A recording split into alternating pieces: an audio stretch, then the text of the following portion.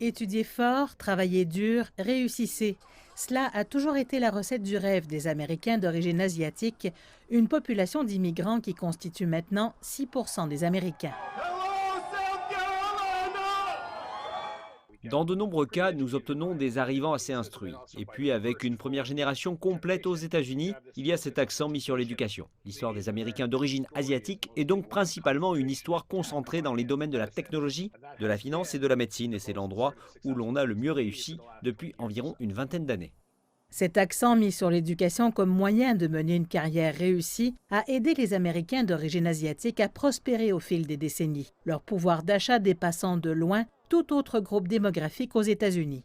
C'est l'augmentation du pouvoir d'achat que nous croyons être d'environ 300% au cours des 20 dernières années. Mais c'est aussi le fait qu'ils ont des revenus supérieurs à la moyenne. En fait, le groupe ethnique ou démographique le plus riche des États-Unis sont les Amérindiens, dont le revenu moyen des ménages est d'environ 115 000 alors que la moyenne du pays est de 65 000. C'est donc le double de la moyenne nationale. Selon un rapport Nielsen, dans l'ensemble, les ménages américains d'origine asiatique gagnaient environ 40% de plus que la moyenne nationale et ils dépensaient aussi davantage pour le logement, la nourriture, l'éducation, les vêtements et les voitures neuves. Ce pouvoir d'achat devait atteindre 1 600 milliards de dollars d'ici à 2024, mais la COVID-19 a tout arrêté. Malgré le pouvoir d'achat et les revenus élevés des Américains d'origine asiatique, l'histoire de leur succès n'a jamais été égale. Cette population, qui compte plus de 20 millions de personnes, a toujours été diversifiée avec de grandes disparités en matière de richesse, de revenus et d'éducation. Et la pandémie n'a pas seulement mis à nu ces lacunes, elle les a grandement aggravées.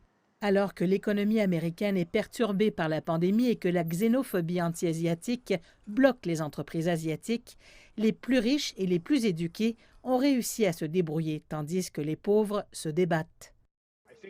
Je crois que vous allez voir cette souffrance vraiment concentrée dans le secteur des services où la communauté asiatique est en quelque sorte très dépendante des clients qui ne sont pas asiatiques pour venir dans les restaurants et les salons de coiffure et dans d'autres endroits qui ont tendance à être là où nous voyons beaucoup de femmes à faible revenu occupant un emploi asiatique. Ainsi, nous pouvons déjà voir dans les statistiques nationales que c'est là que la souffrance s'est concentrée. Cela signifie aussi que la voie du rétablissement sera inégale. Mais elle présente néanmoins de nouvelles opportunités pour une population portée par la connectivité numérique et les appareils intelligents, plus que d'autres groupes, et dont la voix politique amplifiée par la pandémie devrait s'affirmer dans son pouvoir d'achat. La COVID est vraiment un échec dans l'histoire à long terme d'une communauté dynamique qui ne cesse de croître, disons de 1% à chaque décennie. Et avec une économie de 20 000 milliards de dollars, vous pouvez imaginer que dans 20 ou 30 ans, les Asiatiques représenteront 10% de la population américaine.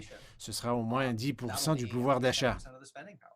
Mais la question reste de savoir à quoi ressemblera un changement post-pandémique du pouvoir d'achat des Américains d'origine asiatique et ce que cela signifiera pour l'espace numérique, pour la connectivité mondiale et pour des liens économiques plus étroits avec les marchés émergents d'Asie.